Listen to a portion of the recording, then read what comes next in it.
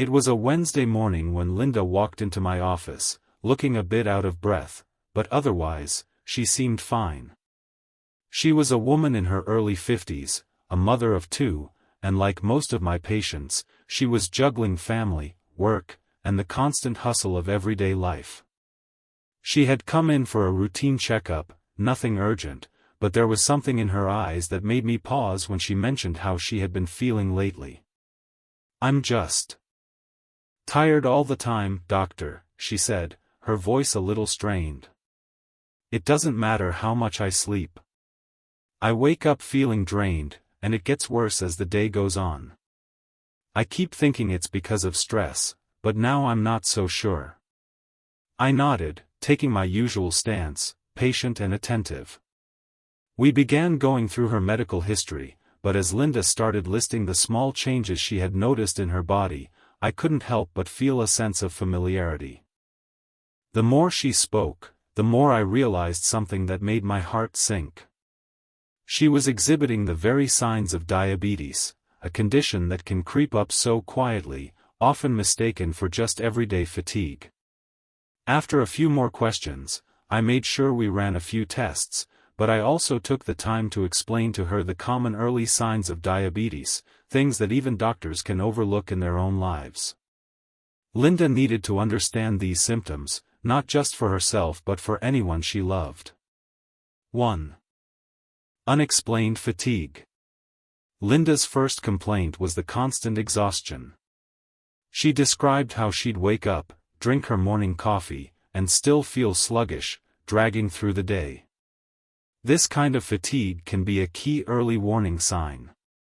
In diabetes, the body's inability to properly process sugar can make energy production less efficient, leaving people feeling constantly tired.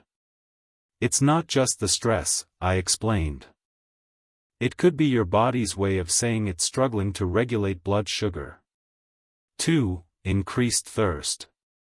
Linda also mentioned how she seemed to be drinking more than usual, but no matter how much water she had, the thirst didn't seem to go away. I asked her how many times a day she was reaching for her water bottle. "I just can't get enough," she said.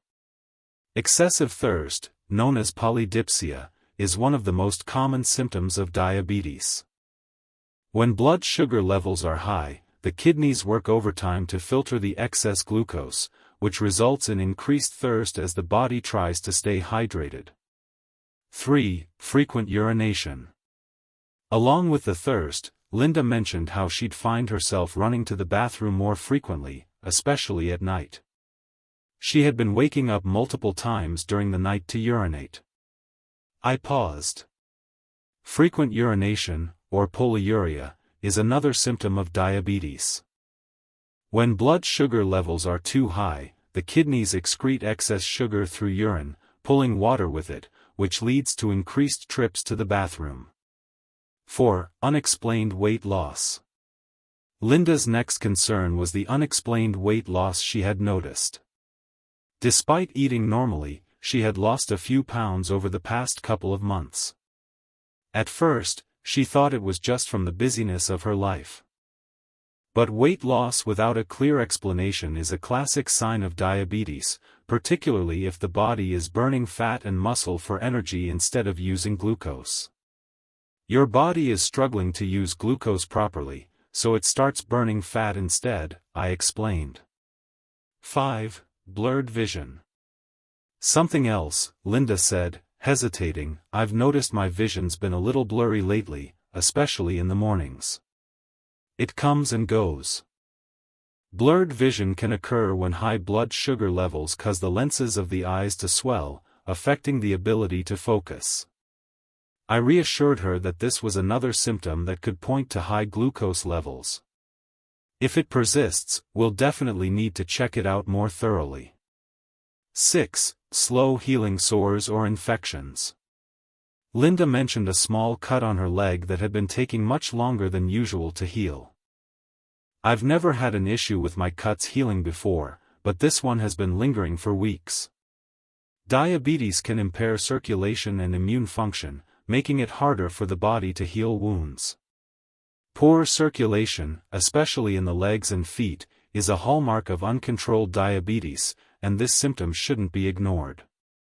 7. Numbness or tingling in hands or feet. Linda had no idea this could be related, but she mentioned how her feet had been feeling a bit tingly when she'd sit for long periods. This sensation, known as neuropathy, occurs when high blood sugar levels damage the nerves, particularly in the extremities. It can be a sign that the body has been dealing with elevated blood sugar levels for an extended period. 8. Increased hunger. Finally, Linda admitted that she had been feeling hungrier than usual, despite eating what she thought was a balanced diet. "It's like no matter how much I eat, I still feel hungry," she said, and I nodded knowingly. Increased hunger, or polyphagia, is a common symptom of diabetes. The body, unable to effectively use glucose for energy, turns to other sources, like fat and muscle, which can trigger intense hunger to replenish those stores. I took a deep breath as I finished explaining the signs of diabetes to Linda. I could see the concern in her eyes.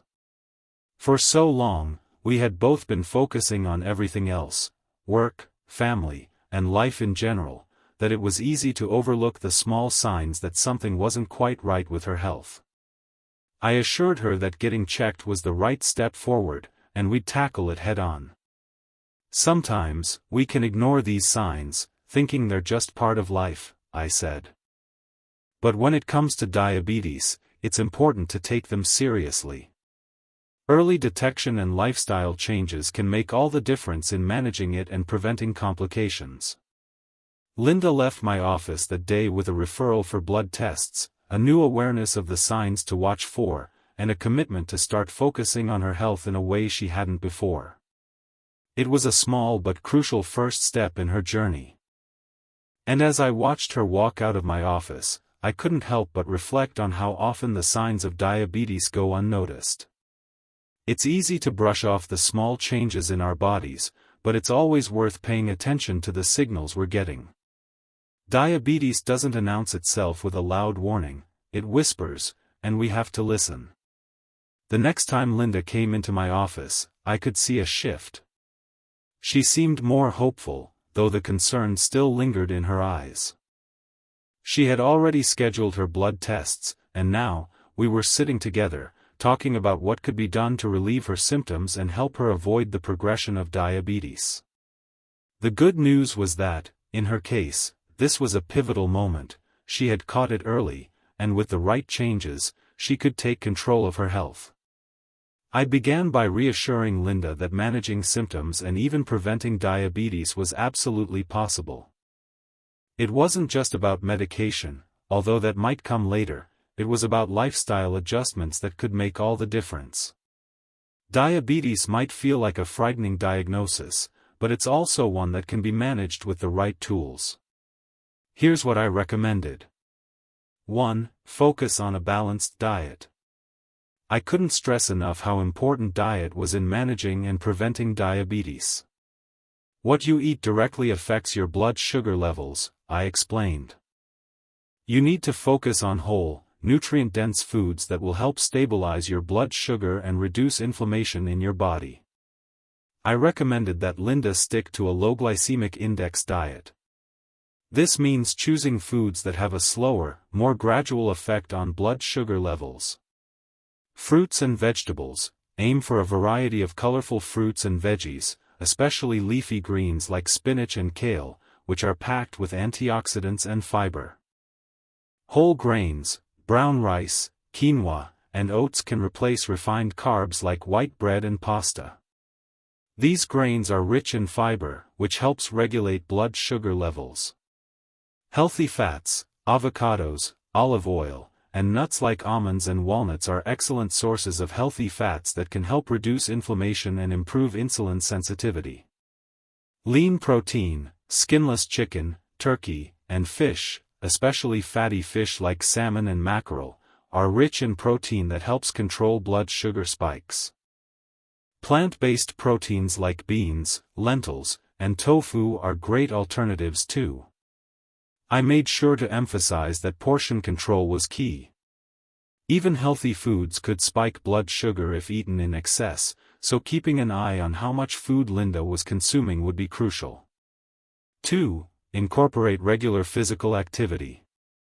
Exercise is one of the most powerful tools you have in preventing and managing diabetes, I told Linda. I explained how physical activity helps your body use insulin more effectively, which can lower blood sugar levels. It doesn't have to be intense, I reassured her. It's about consistency and finding something that works for you. I suggested she start with moderate aerobic exercises like walking, cycling, or swimming, activities she could incorporate into her daily routine. Ideally, she should aim for at least 150 minutes of moderate exercise per week, or roughly 30 minutes a day, 5 days a week. I recommended she break it up into shorter sessions if necessary. In addition to cardio, strength training was key. Building muscle helps improve insulin sensitivity and blood sugar regulation. Linda didn't have to go to the gym or lift heavy weights, though. Bodyweight exercises like squats, lunges, and push-ups would do just fine. Resistance bands could also be a simple and effective way to add strength training into her routine. 3. Stay hydrated with water. I could see Linda's concern grow when I mentioned water. You need to make sure you're staying hydrated throughout the day, I said. Diabetes can cause dehydration, and drinking enough water will help your kidneys flush out excess sugar. I reminded her that sugar-free drinks, especially water, were the best choice. Avoid sugary sodas and drinks, which can spike blood sugar. Even fruit juices and flavored coffees can have hidden sugars that will do more harm than good. I recommended that Linda aim for at least 8 cups of water a day, more if she was exercising or if the weather was hot. Carrying a water bottle with her throughout the day could help her stay on track. 4. Prioritize sleep and manage stress. Linda's tiredness wasn't just physical, I could see it in her face that stress was taking a toll as well. Sleep and stress management go hand in hand with diabetes prevention. Chronic stress can raise your blood sugar levels, I explained. Stress hormones like cortisol make it harder for your body to use insulin effectively. I advised Linda to focus on getting 7 to 9 hours of sleep each night. Lack of sleep can contribute to insulin resistance, making it harder for the body to maintain stable blood sugar levels. If she was struggling with sleep, I recommended a few changes: reducing caffeine intake, turning off electronics an hour before bed, and establishing a relaxing bedtime routine to help improve her sleep quality. Stress management was just as important. Find what helps you unwind, I suggested. Meditation, yoga, deep breathing, or even a short walk can help reduce stress and improve your overall health. 5. Monitor blood sugar regularly. Because Linda was concerned about her symptoms, I recommended she monitor her blood sugar levels regularly, even if she hadn't been officially diagnosed with diabetes yet. Home blood sugar testing can help you track how your body is responding to food, exercise, and other factors. By checking your blood sugar levels, you'll know what works for you and what doesn't, I explained. I encouraged Linda to discuss with her healthcare provider about the best way to monitor her blood sugar at home. Regular testing helps catch any spikes before they become too serious. 6. Avoid smoking and limit alcohol. Both smoking and excessive alcohol consumption can worsen insulin resistance, I told Linda, reminding her of the importance of cutting out habits that could make managing her health even harder. Smoking impairs blood circulation, increases inflammation, and raises blood sugar levels. Alcohol, in moderation, may not be harmful, but too much can lead to fluctuations in blood sugar levels and poor overall health. If Linda did drink, I encouraged her to keep her alcohol intake moderate, 1 drink a day or less for women. 7. Keep a healthy weight. I know it's not always easy, but maintaining a healthy weight is a crucial part of managing diabetes, I said gently. Excess weight, especially around the abdomen, can make your body more resistant to insulin. Weight loss can improve insulin sensitivity and help prevent or manage diabetes, so I suggested that Linda aim for a slow and steady approach to weight loss if needed. Aiming for just 5 to 10% weight loss could have a significant impact on improving blood sugar control. 8. Regular check ups and communication with your doctor. Finally, I reminded Linda that regular checkups were essential. Even if you're feeling better, it's important to keep your doctor informed about your progress, I said. Regular blood tests, blood pressure monitoring, and overall health assessments will help ensure you're staying on track. I encouraged her to keep communication open with me or her primary care provider, especially if any new symptoms arose or if she had any concerns. The road to managing diabetes is not a straight path, it's about taking control and being proactive, and I was there to support her every step of the way. As Linda left my office that day, I could tell she was feeling more empowered. She wasn't just a patient with a diagnosis, she was a woman taking charge of her health. It wasn't too late for her to make these changes, and with determination and the right tools, I knew she could prevent diabetes from taking hold. There was hope, and that hope had already begun to transform her outlook. Over the next few months, Linda embraced the changes we discussed. She incorporated more whole foods, exercised regularly, and prioritized sleep and stress management. The difference was remarkable.